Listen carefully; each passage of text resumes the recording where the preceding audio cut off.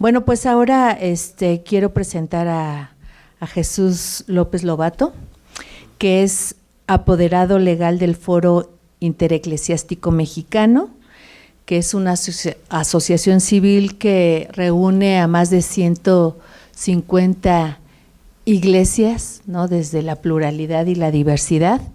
Y bueno, y también es el foro una asociación que trabaja en América Latina y el Caribe y también tiene una participación internacional importante. También es titular de la Secretaría de Asuntos Jurídicos del Foro Intereclesiástico Mexicano, cotitular con el Ministerio Secretaria General del Gobierno de la República de Chile.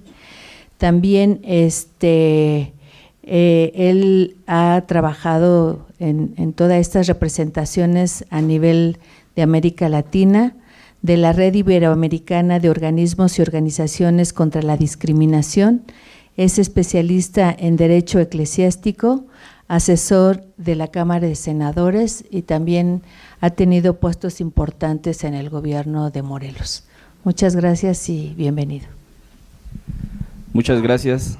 Una disculpa por el tráfico, que no es parte de la voluntad nuestra llegar tarde, pero bueno, es para mí un honor y una responsabilidad el poder compartir panel con especialistas en el tema. Y cuando nuestra amiga Aide nos pidió elaborar un pequeño trabajo con relación a los avances constitucionales de la laicidad en las políticas públicas, pues sí me preocupó, pero inmediatamente me ocupé en buscar material al respecto. Entonces, dicho lo cual, pongo a la consideración los resultados de esa pequeña investigación.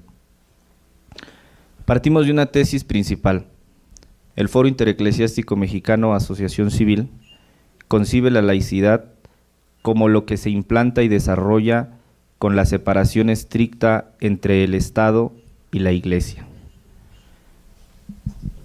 Centramos nuestro antecedente en los procesos de conquista de la corona española en los territorios americanos, que instauran, al amparo de la espada y con la cruz, un modelo de Estado que, tomando la tipología de las formas de Estado de Norberto Bobbio, aquel se vincularía en referencia a la esfera religiosa al modelo de Estado confesional.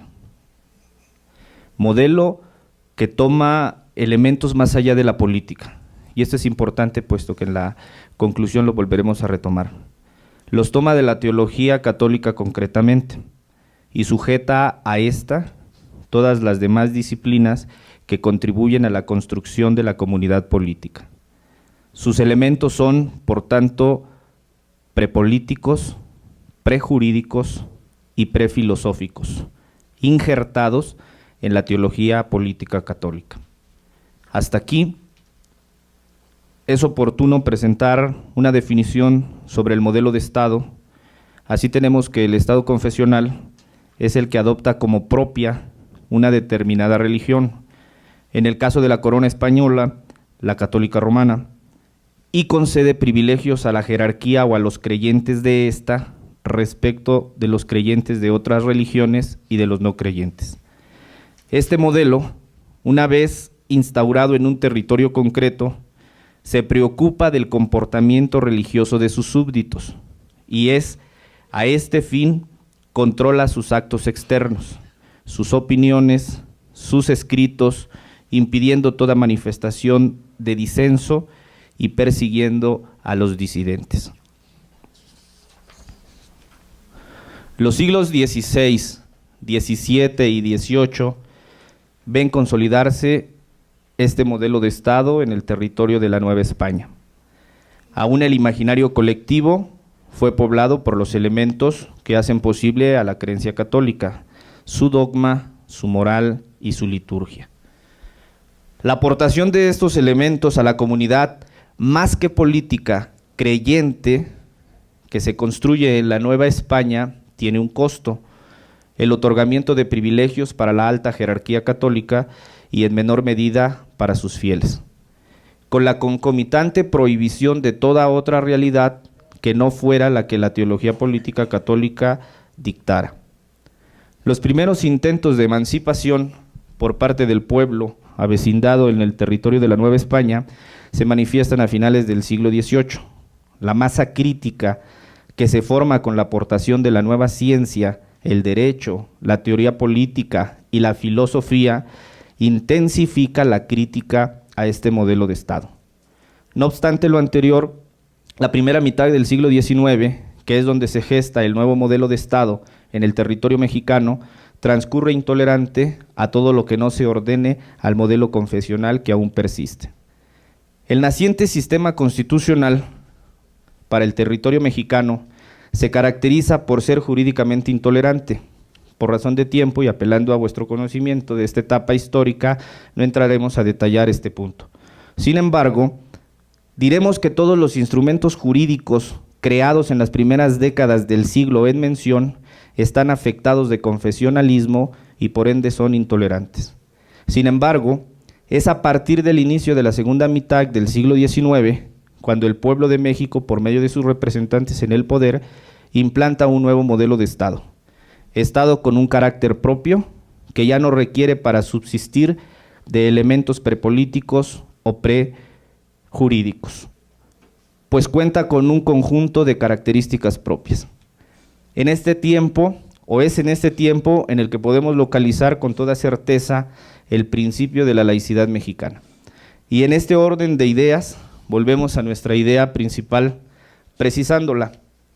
Concebimos la laicidad en esta primera etapa como lo que se implanta y desarrolla con la separación estricta entre el Estado y la Iglesia Católica. ¿Qué se implanta y desarrolla con la separación estricta entre el Estado y la Iglesia? Se implanta, es decir, se establece y se pone en ejecución un nuevo modelo de Estado, un nuevo modelo de comunidad política, el Estado laico. Esto acontece en el inicio de la segunda mitad del siglo XIX. Sin embargo, la sola instauración de este modelo no es suficiente para frenar el sistema de privilegios concedido a los operadores del clericalismo en el territorio mexicano, por lo que inmediatamente implantado este modelo se pone en marcha, se lleva a la práctica a partir de todo el andamiaje político-jurídico que se crea y por medio de la acción gubernamental se materializa en actos de autoridad concretos.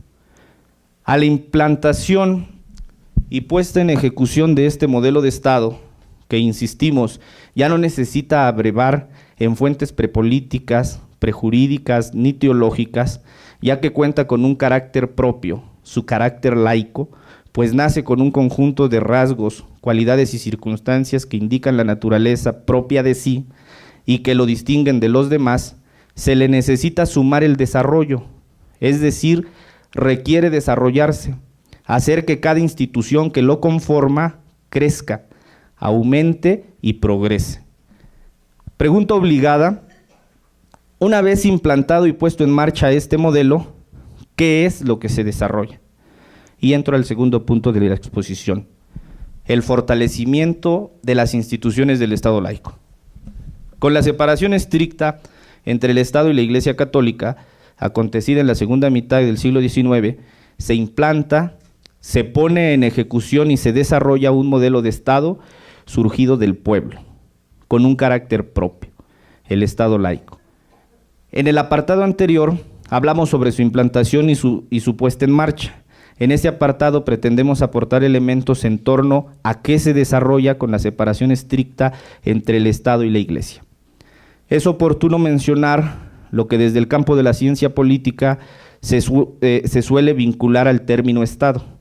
Se suele utilizar el término Estado, y cito la aportación de Michael Sodaro, para referirse a todas las instituciones de gobierno y administración pública.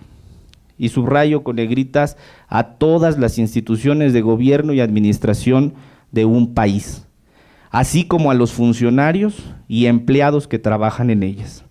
Las instituciones del Estado realizan funciones específicas conforme a las leyes, reglas, directrices y otros procedimientos y prácticas establecidas.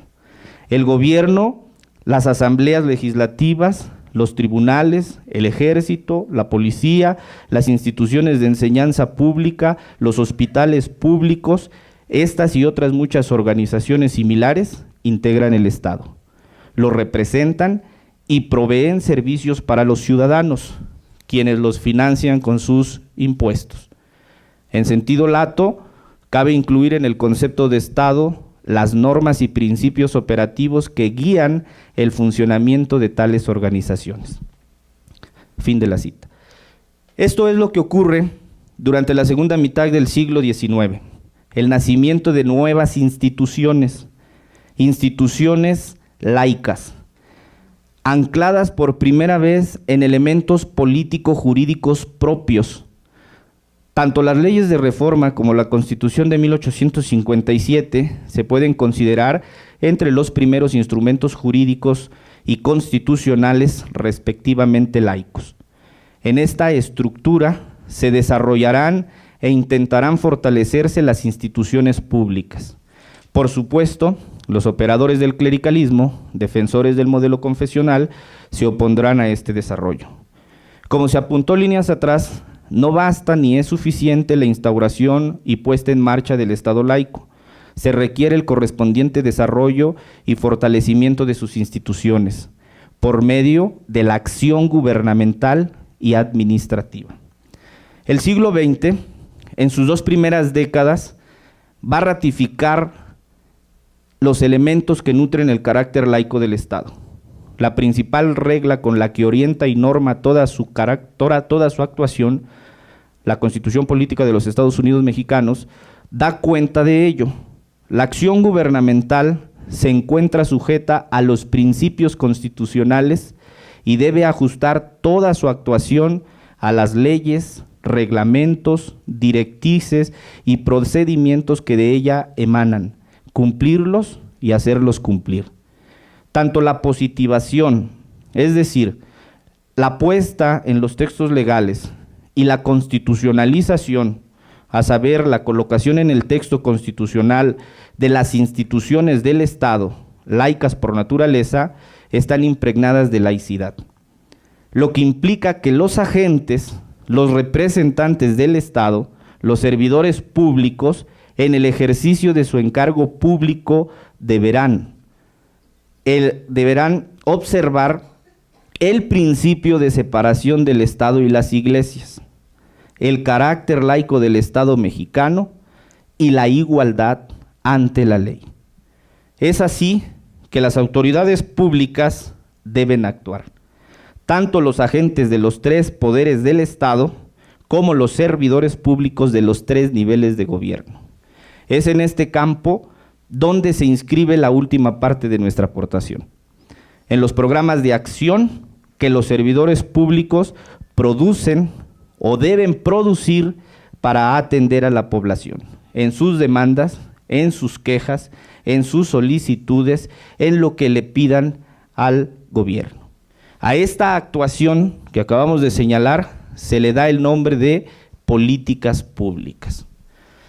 Tercero, y con esto empieza mi conclusión, avances constitucionales de la laicidad en las políticas públicas. Empezamos diciendo que el Estado laico es una estructura jurídico-política, anclado en el principio de soberanía popular. Por eso es un instrumento idóneo en las manos del pueblo, de quien ostenta la soberanía. Por eso es una herramienta propicia para poderla hacer valer, ajeno a cualquier intromisión ya ideológica, teológica o filosófica. Ya no se alimenta de elementos prepolíticos o prejurídicos o prefilosóficos, sino se alimenta de su propia dinámica, que ésta se nutre en un conjunto de principios y valores que le son inexorables. Igualdad, libertad, laicidad y otros más que por el tiempo no los señalamos, pero sabemos que están allí en la Constitución y deben de desarrollarse. Sostenido por una ética pública cuya fuente se localiza en los derechos humanos. Y esto es fundamental para los detractores del Estado laico que dicen que es sin ética. Nosotros les respondemos, sí hay una ética. El 2011 es significativo para nuestro país, puesto que se suma todo el jus cogens internacional a lo que son los progresos que tuvo nuestra Carta Magna en materia de derechos humanos.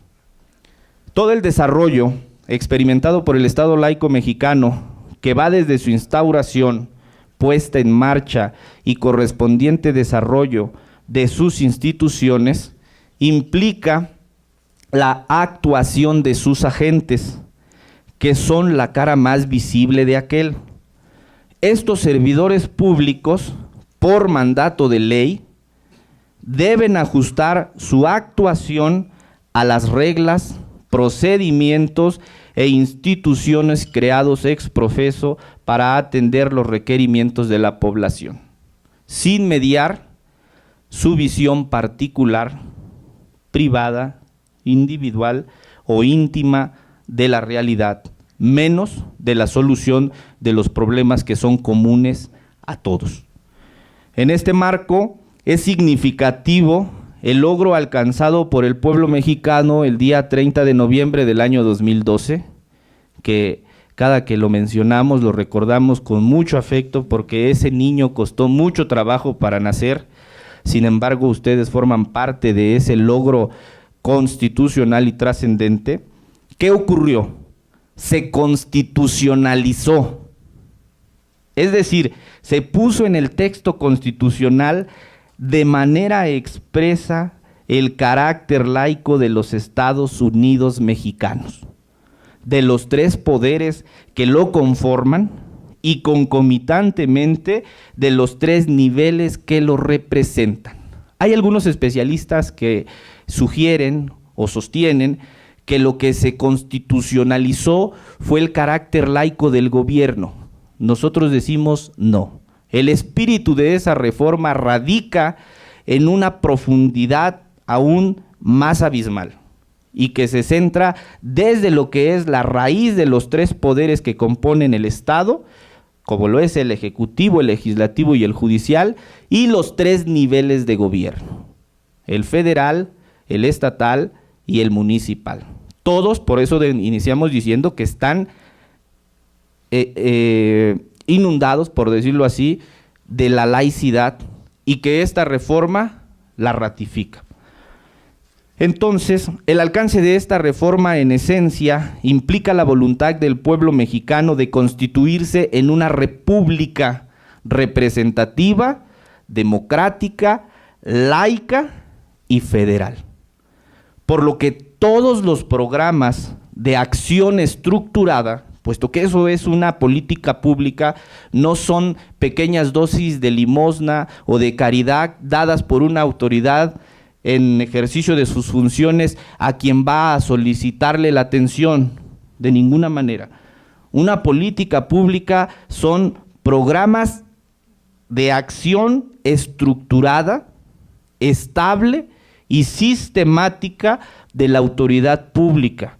Es decir, todas las políticas públicas que los servidores públicos produzcan a partir de la entrada en vigor de esta reforma deben ser por mandato constitucional orientadas y normadas por la laicidad.